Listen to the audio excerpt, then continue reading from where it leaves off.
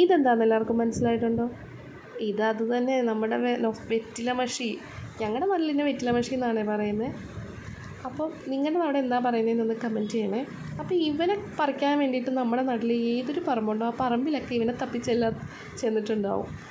നമ്മുടെ സ്ലേറ്റിൽ എഴുതിയതൊക്കെ മായ്ച്ച് കളയാൻ വേണ്ടിയിട്ട് ഇവൻ്റെ തണ്ടൊടിച്ച് പെൻസിൽ ബോക്സിൽ നിറച്ച് സ്കൂളിൽ പോയിക്കൊണ്ടിരുന്നൊരു കാലം. എന്നിട്ട് ഇതിങ്ങനെ ഞെക്കി പിഴിഞ്ഞ് ഇതിൻ്റെ വാട്ടർ കണ്ടൻറ്റ് മൊത്തം ആ സ്ലേറ്റിലേക്ക് ഒഴിച്ച് തുടച്ച് കളയാനായിട്ടുള്ള ആവേശം. ആഹാ, എന്തായിരുന്നല്ലേ അത്.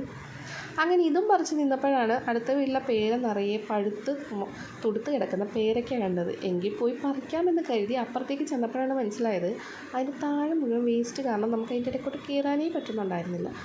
അങ്ങനെ ആ സൈഡിൽ നിന്ന് 1-2 പറിച്ച് നേരെ വീട്ടിലേക്ക് വിട്ടു.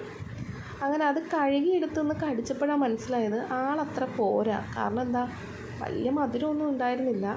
എന്തോ ഒരു ടേസ്റ്റ്, ഒരു പേരയ്ക്കാണ് ഒരു ടേസ്റ്റ് ഉണ്ടെന്ന് മാത്രം, അത്രയേ ഉള്ളൂ.